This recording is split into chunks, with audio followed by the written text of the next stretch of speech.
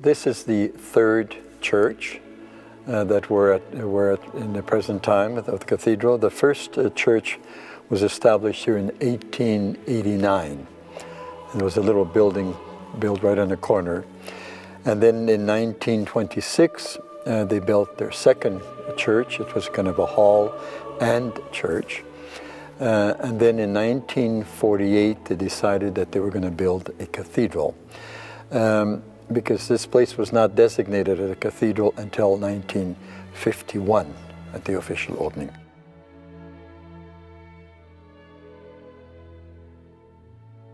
The church is kind of built in a Noah's Ark. It's not really built in a Byzantine structure, because if it would have been in a Byzantine structure, it would have been built kind of in a cross with cupolas on top of the building.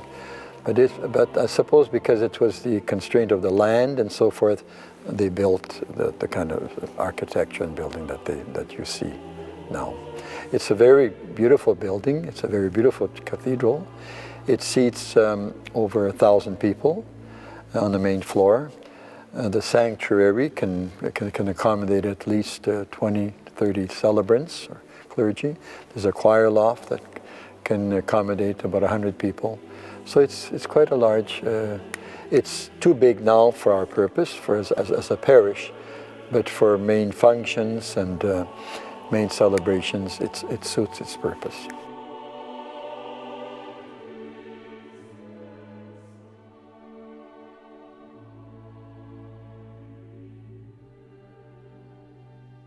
All the exterior decor that you see, the iconography, the stained glass windows, those were all added in time. As a matter of fact, the interior decorating was completed probably around 1965. So it was a relatively short time. In about, I think, 15 years or so, the whole interior was completed with all the stained glass windows, as you see, the iconography, the iconostas that's behind me. If you look at the iconostas, it's a very unique structure for the cathedral. Blends in very well. You have the royal doors, and on the royal doors you have the Annunciation of the angel Gabriel appearing to the Blessed Mother, that she will become the mother of the Son of God. You have the four evangelists, and on the far left and right you have the patron saints of the cathedral, Saint Vladimir and Saint Olga.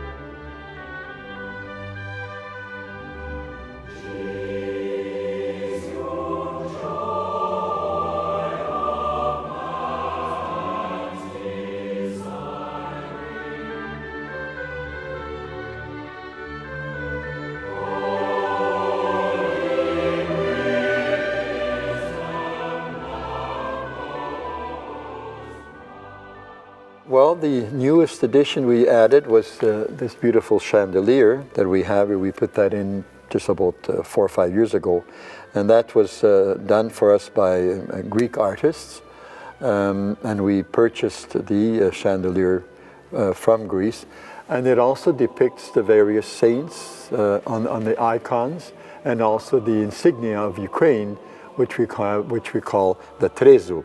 You'll notice those insignias around in the bottom, that's the emblem of Ukraine. So we had those specially installed into this chandelier.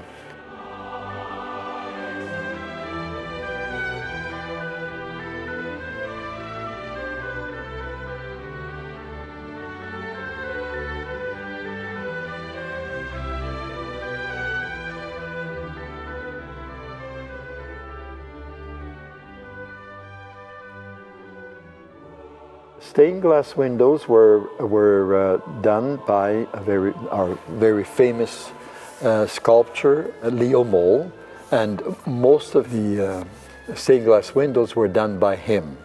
And the one right in the center is of course our patron saints, Boris and Hliba, and then on the side, on the left is Kyrillo and Methodius. The icons on the top are of course Christ on the throne, the archangels on either side, Gabriel and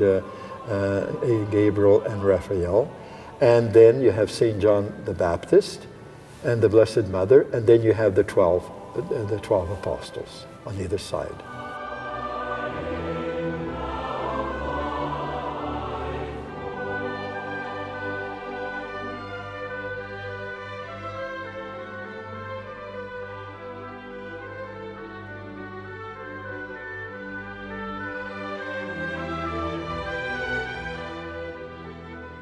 The exterior of the building is, this is a very strong building.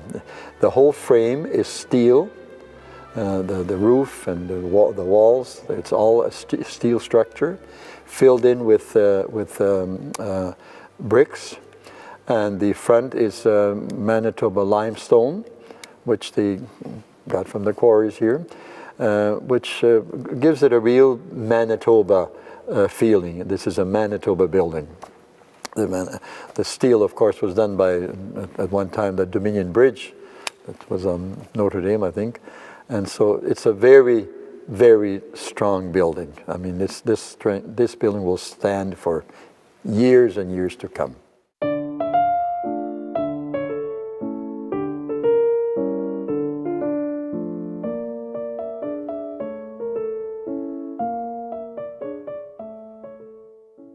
Well, I think the whole structure and the whole artwork is unique for the Byzantine Church, and you'll find that in the Byzantine Church it's a very colorful building. But the interior composition and the artwork, I mean, that's you don't see that anywhere else.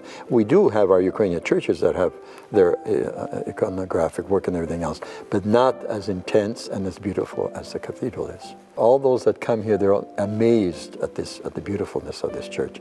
They all say it's the hidden pearl of Winnipeg, and indeed it is, because not very many people know about this beautiful cathedral.